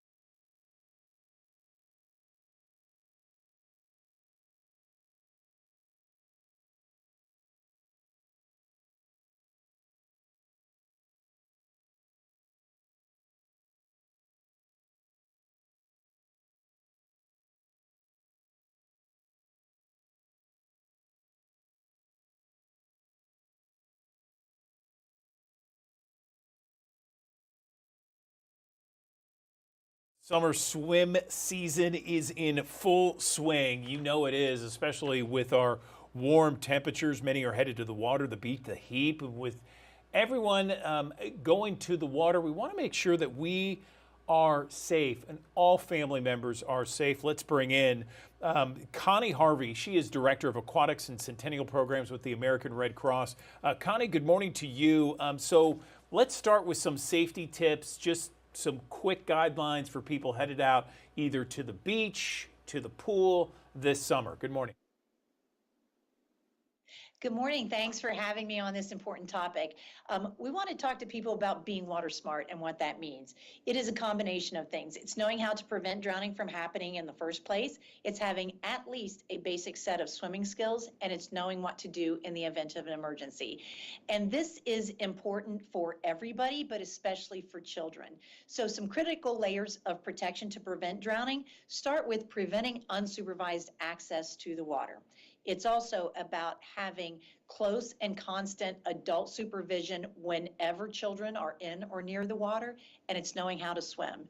In fact, research shows that participation in swimming lessons that are formal swimming lessons with water safety, that can reduce someone's risk of drowning as much as 88% for kids between the ages of 1 and 4. As a community, we all have an important role here to play in making the water safer for everyone. Yeah, I was going to say, I remember when my kids were very little, our pediatrician talked about how under the age of 5, the water is the most dangerous thing to them. It's the #1 killer for kids under the age of 5. Are there certain specific things to watch for with pools at a home per se? Yes, at home, the most drownings of young children do happen at homes in their residential pool, and it happened at non-swim time. And these were kids who were intended to be in the water. That we are intended to be in that home, but it was during non-swim time. They were not expected to be in the water at that time. So a really universal tip that everybody should follow, but it's especially important for those with a home pool, is teach kids to ask for and get permission before they ever go in or near the water. And there should always be an adult who is supervising them whenever they are there. Specific to the pool, there should be 4-sided fencing. That means a fence around all sides of the pool, that the home itself is not one of those barriers, because again, kids are accessing pools from within the home that they were supposed to be in. So those 4-sided fence, there should be a self-closing, self-latching gate where the latch itself is outside of the reach of a child. make sure you have appropriate safety equipment. We teach a concept called reach or throw, don't go, and that is using a reaching device or a throwing device to be able to get to somebody in the water without getting in danger yourself. But other important safety equipment to have around a home pool is a phone, and it might be your cell phone, which is obviously just fine, but you want to be able to call 911 without ever leaving that pool area. Other pieces of equipment that you should consider are life jackets that are U.S. Coast Guard approved, and anybody that is a non-swimmer or a very weak swimmer, it's a good idea for them to wear a life jacket when they are near the water and also in the water. And then anybody who is on a boat, we also encourage them to wear a life jacket. But let me say one more thing about life jackets, is we also want to make certain that there is not a persistent use of life jackets to the extent that a child never gets the opportunity to know what it's like to be in the water without wearing a life jacket. So it's really important to give them that experience, but to also have that life jacket on if particularly you're with a group of people that just gives you an extra layer of protection while they're in the water. That sounds great. Connie, what about programs that the American Red Cross may have for people just to kind of either learn how to swim and feel better about getting in the water, that sort of thing? Sure. So the Red Cross, through its aquatics training providers throughout the U.S., teach about 2.5 million people each year how to swim and about water safety. And Red Cross curriculum covers kids from as young as 6 months to about 3 years old. And those kind of experiences are when an adult, the parent or another caregiver, are in the water with them. And those programs are as much about teaching that adult about water safety and handling their child in a way in the water that helps set them up for success as they're learning to swim. But then it also goes through preschool and school-age children's and for adults as well. So we run the entire spectrum for swimming lessons for people of all ages.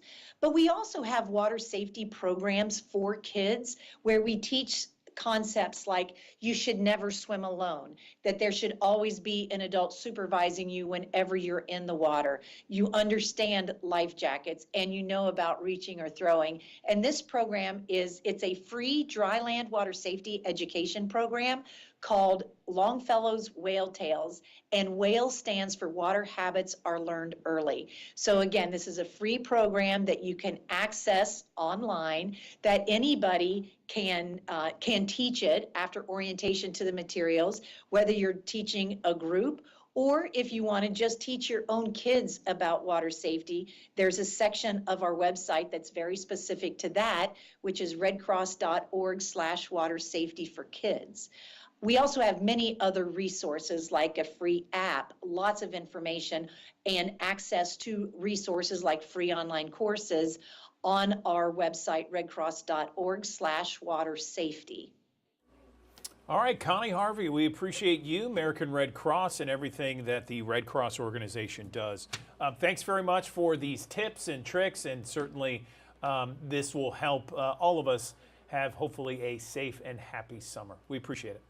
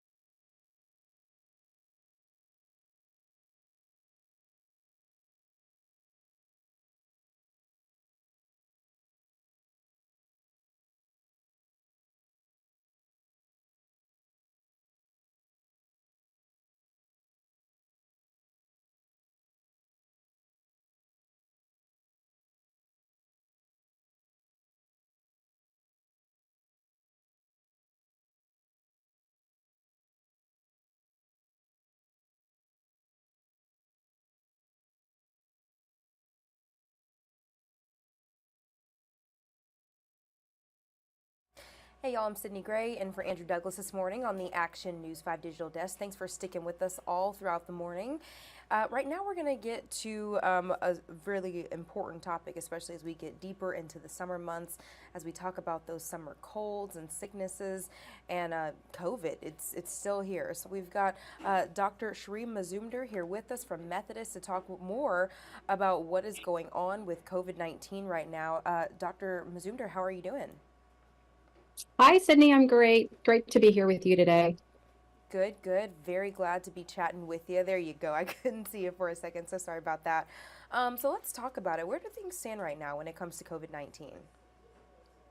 So, you know, Sydney, since the pandemic emerged in 2020, we've really settled into some seasonal patterns when it comes to COVID, with peaks in the summer and an even larger one in the winter. So we expect a summer COVID bump. What's different this year is that we're experiencing it a little bit earlier than we did last year when it occurred around late August or so.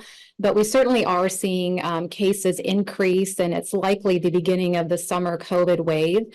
According to CDC data, it looks like as of June 25th that there are at least 44 states that are experiencing an increase in COVID cases.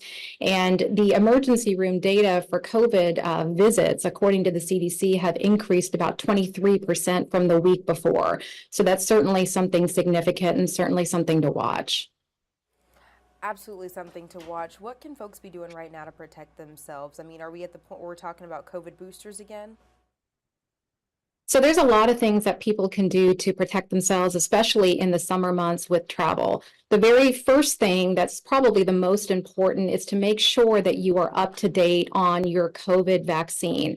The latest version of the COVID vaccine was released back in September 2023, so last fall, and anyone age 6 months and older is eligible to get that vaccine. We have seen some poor vaccine uptake with this version of the vaccine. According to the CDC, back in May, only about 22% of our population have received that. So there is a lot of the population that can really stand to benefit from getting the latest version of the COVID booster.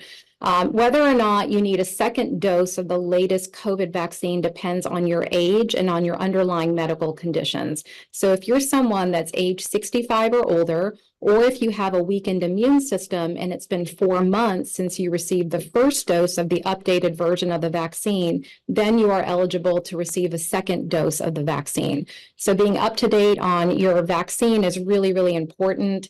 And we're also kind of in the midst of summer travel. So there are things that people can do to prepare and stay protected. The first is know before you go. So you want to know what's happening with COVID trends in your community, but you also want to know what's going on to the place that you may be visiting. Right now, we're seeing a high number of COVID cases in the West, places like California, New Mexico, Nevada, and also in Florida, which is a summer destination hotspot. So you really want to know what's going on so you can prepare. You want to pack smart. So you can take some COVID tests with you, medications such as ibuprofen or acetaminophen that are pain relievers and fever reducers, and also consider bringing a thermometer. You know, it's not fun getting sick when you're away from home, and trying to secure these things can sometimes be tough. And then also knowing what your individual risk for COVID is important. If you're someone that's recently had a COVID infection, you actually have a little bit of protection for about 3 months or so. If you're someone that is unvaccinated, if you're elderly, if you have chronic underlying medical conditions, if you have a weakened immune system, if it's been 6 months since your last vaccine, then you are at risk of developing COVID. And then also just practicing some of the tips that we've known since the onset of the pandemic. Things like wearing a well-fitting mask if you're in an indoor space that has poor ventilation, practicing really good hand washing that not only protects against COVID, but other infectious diseases, and keeping your distance from people that are obviously sick. And then the last tip is to test. It's always best to test. So sometimes people will mistake COVID symptoms for allergies or what some people refer to as a summer cold, and it's really hard to distinguish unless you actually take a test. And taking a test to know if you're truly positive can really help minimize the risk to other people. And if you're someone that's high risk, taking that test to know if you're truly positive may increase your risk of getting treated for COVID with an antiviral medication called Paxlovid. And that is started within 5 days of symptoms. So it's really important to know exactly when you test positive. All really good things to know. Thank you for answering those questions that I was about to ask you, especially about the mask, because I've seen people masking more these days. So I was wondering if we needed to get back to that, but especially as you mentioned with travel coming up, that could be important. Anything else you want folks to know just as we continue on with the summer? I know it's super hot out there. Is there anything you can touch on about just staying safe overall in this heat? Yeah, it's unbearable out there. And so, you really want to come indoors if it's too hot. Make sure that you're in the air conditioning and getting away from the heat if it's too much. And really staying hydrated is so important. Make sure you drink plenty of water. If you are outdoors, make sure you wear sunscreen. So those are all important things with the weather being the way it is right now. All right, really good info to know. Get those tests done and just make sure we're taking care of our bodies. Thank you so much, Dr. Shireen Mazumder. Really appreciate your time. Anything else you wanted to add or say before I let you go? Yeah, so it looks like, we're experiencing the beginning of the summer COVID wave. Usually in the last couple of years, it's been mild, but we do want people to be aware that it's happening, to remain vigilant, especially for the medically vulnerable. All right, thank you so much for your time. Really appreciate it. Have a good one. Thanks, Sydney. You too.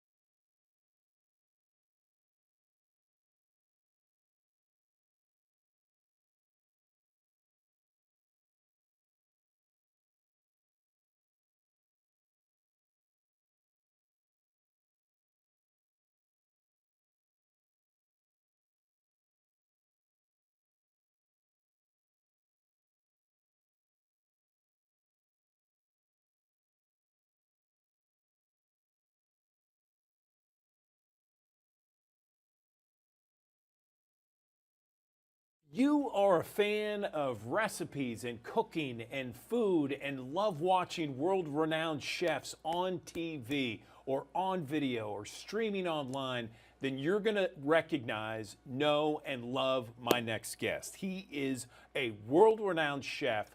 His name, he doesn't really need much of an introduction. In fact, all you have to say is Emeril, and you know exactly who I'm talking about. I'm talking about Emeril Lagasse joining us on the Action News 5 digital desk. He is in New Orleans, the site of Bocuse d'Or, the Pastry World Cup competitions. Emeril, thank you so much for joining us. First off, tell us, how's it going down there? Good morning. Good morning, Andrew. Well, let me tell you something. It's quite a buzz happening in the city of New Orleans between the pastry competition and Bocuse d'Or, which is the savory competition. The pastry competition is getting ready to start. 6 countries in just a few hours. 6 countries will be competing for 3 spots to go to the World Championship, which will be in Lyon, France. Then, tomorrow and Thursday, begins the savory part, the Bocuse d'Or. Very prestigious. This is certainly the Culinary Olympics of the world. So there'll be 9 teams, Canada, USA, and 7 other teams from South America that will be competing for 6 spots to go to Lyon, France in January for the World Championship. Now, a lot of these teams have been together for almost a year, the chef and the commis, or the sous chef, if you will. Team USA will be represented by Stephanie De Palma, a very, very talented lady who is the chef representing Team USA, and her commis, Bradley Waddle, also from California, from Redding, California.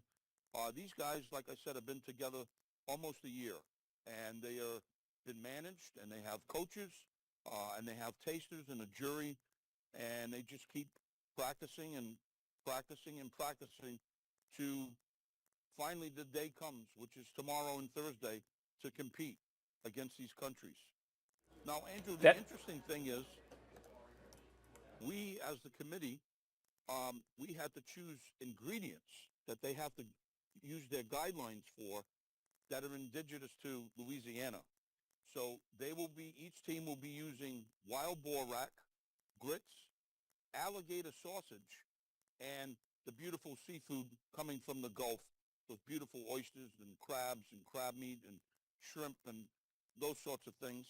It's going to be interesting to see how they put it together. No question about it. That will be very interesting. Tell me about the U.S. representative for this competition. What's that person about? And has a U.S. representative ever won in the past, Emerald? Yeah, in 2017, Team USA won gold medal. First time ever that Team USA placed. Gold medal, best in the world. I think we have a really good team. I'm very impressed. We were honored to host them last night in my restaurant, Merrill. The team is very focused, very meticulous about what they're doing. They have a strategy and a game plan prior to even walking into the convention center here, where you can see the kitchens are set up behind me. Stephanie is a brilliant young chef, and Bradley as well. So I think we have a strong team for Team USA. But look, that's what it's all about. That's why they call it a world competition, or the Culinary Olympics of the world, if you will.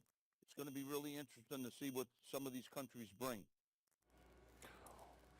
From your vantage point, Emerald, what are you going to see? I mean, what would you like to see, and what are you going to be looking at in this competition to see who bests everybody else? Well, Andrew, I think that the judges will certainly, myself, but knowing the judges, I think that we're going to be looking for taste.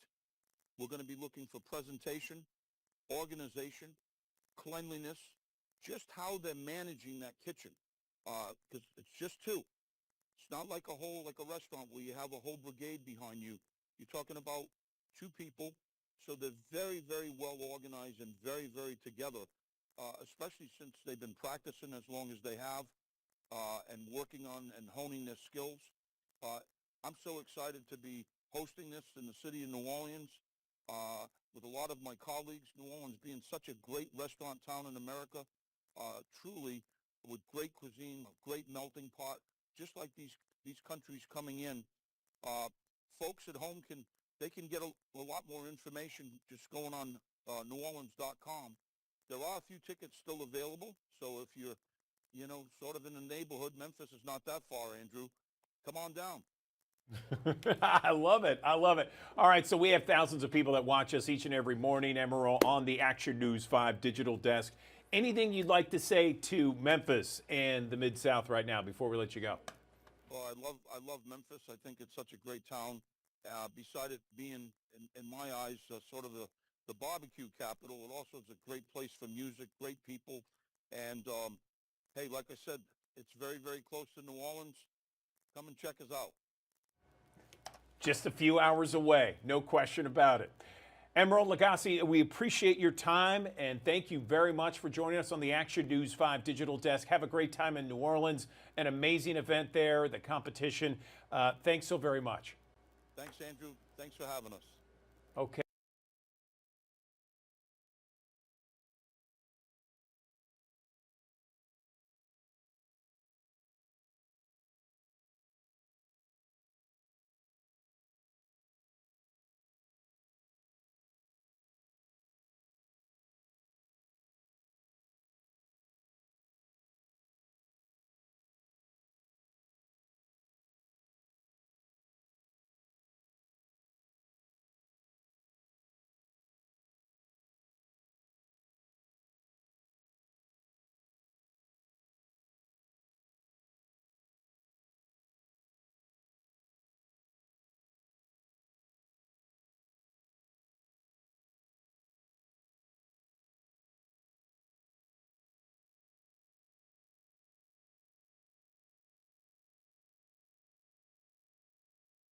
Demetrius Haley, Justin Smith, and Tadarius Bean have not changed their pleas. Meanwhile, Martin could be called to testify in those cases.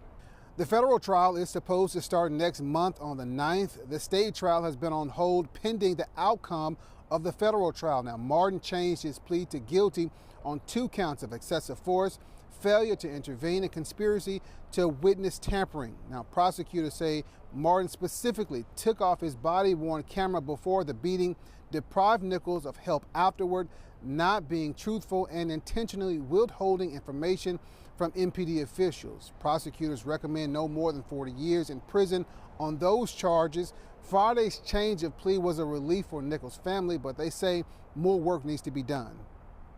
Him to plead guilty is going something. It's something. I feel like we're going in the right direction. Accepting responsibility. Accepting responsibility. We still have 3 more officers that need to be convicted or turn themselves or change their plea. Until then, we're still fighting. Bean, Haley, and Smith remain charged with federal civil rights violations in addition to second-degree murder. They have pleaded not guilty to all of those charges. I'll be in court in just a few hours and bring you the very latest. In downtown Memphis, Tavarius Haywood, Action News 5.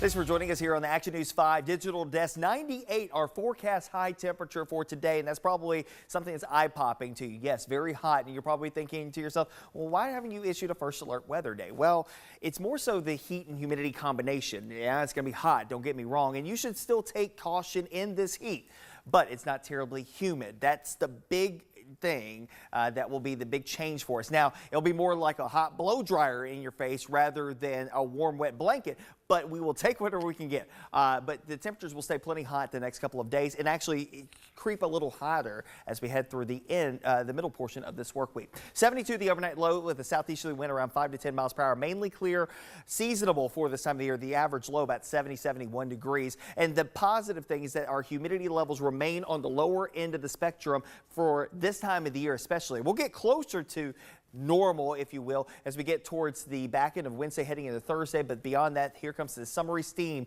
coming back into the fold as we head towards the back end of this week into the weekend.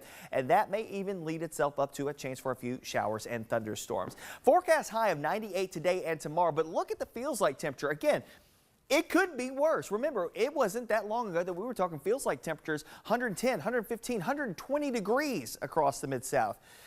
Not the case here with the lower humidity that we have in place today and tomorrow. Now, things will begin to change on Wednesday. Actual air temperature closer to 100, start adding more moisture, and the differential starts to get thicker and thicker, wider and wider. 96 feels like 108 on Thursday. 94 operates more like 110 coming up on Friday as an approaching frontal boundary could bring us some rain chances by the back end of the work weekend into the weekend. The last time that we hit 100 plus degrees was back 1 year ago today, August 26, 2023, where we hit 102 degrees. So it's been 366 days since we've seen that much in the way. Don't forget, it's a leap year this year.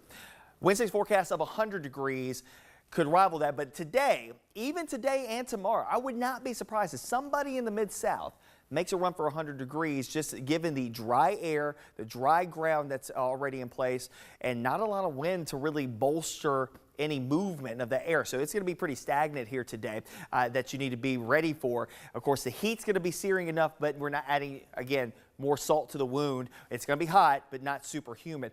That keeps the rain chances pretty low, though we do need some rainfall at this point. We're running a larger deficit day by day.